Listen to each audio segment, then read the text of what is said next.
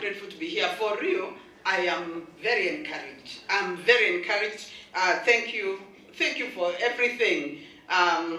Thank you for coming and joining this young man in this very brave way of thinking. So I said, I'm just joining these young people. I don't understand, and I don't have to understand. I guess you have to live in the world that we are in and flow with you. And I'm glad to flow with you. I'm glad because basically as we come, and by the way, leadership is critical. We need to understand it, to understand its roots, to know why we are here, why we think the way we think. It's not just enough that we think, but what are we thinking? Now, as Korah asked to give his final thoughts on something, someone was doing an interview just like you're having them here, and he said, there are no final thoughts in this life. Life is a conversation. And so we enter into life, we find a conversation going on, and we join in it. Sometimes we are able to figure out how to enter, and before we know it is over. And so final thoughts are people gathering to say, what did they say? Which picture would you like to put on the obituary? Or that kind of thing. But you never give final thoughts. You are on a conversation that is going on. So we come today to join such conversation. And in this conversation, try to understand what is leadership, what is governance, and what is my part in it. A thought came to mind about Winston Churchill, who was Prime Minister of Britain during the Second World War. A very difficult time when you read the comments and the perseverance of Winston Churchill. I think is one of the people from whom you learn. He said, we shape our buildings, afterward our buildings shape us.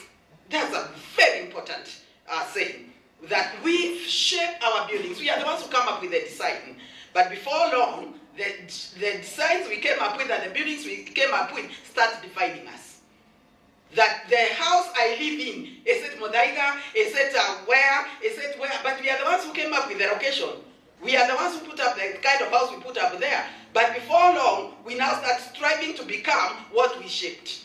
In other words, the values we live by, we are the ones who come up with them. And if you are not careful, you will live to be fulfilling people's values without knowing what it is you are doing. Being shaped by buildings that what you are once shaped without understanding how the shaping came in. When I want to talk about leadership, I'm saying, yes, man make their history, but they do not make it just as they please. They make it under circumstances chosen by themselves, but not chosen by themselves, but circumstances directly encountered, given, transmitted from their past. That is Karl Marx who said it.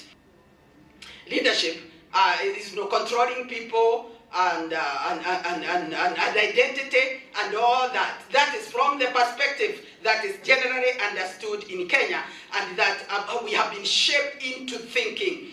So that it has something with possessions and possessions. You want to be a CEO, or you want to have big cars so that you're not driving a small car, which is literally shaping our buildings. Like another time I had a daughter in Britain, and I went there, and I enjoyed something. Yeah, I mean, those who've been to London, the place is squeezed. Okay, I don't know whether maybe I wasn't in the rich people's place. You know, in Kenya, some places you are squeezed, some places are spacious. But my daughter told me they have these Mercedes and cars, very, very small. So small that she was given a lift, and she had to ask to be excused because the way you have to squeeze yourself in there, and she's my size, kind of, you are not fitting. And she said, generally in that country, to be seen in this big Prado, people spit at you because they find you wasteful, using so much space, you don't need it. In Kenya, it is a sign of success. So we have shaped the building, and now it is shaping us. So we are spending all the money. Go to Korea. I was there once, South Korea, and I was amazed because we went for these international conferences you go for. I mean, we have expectation. So we go, and people, continent of Africa, we are put in one place, continent of Europe. Then, of course, from London to Seoul, it took us 13 hours on air. That is when you realize you need to be in a horizontal position because it's so tiring to be seated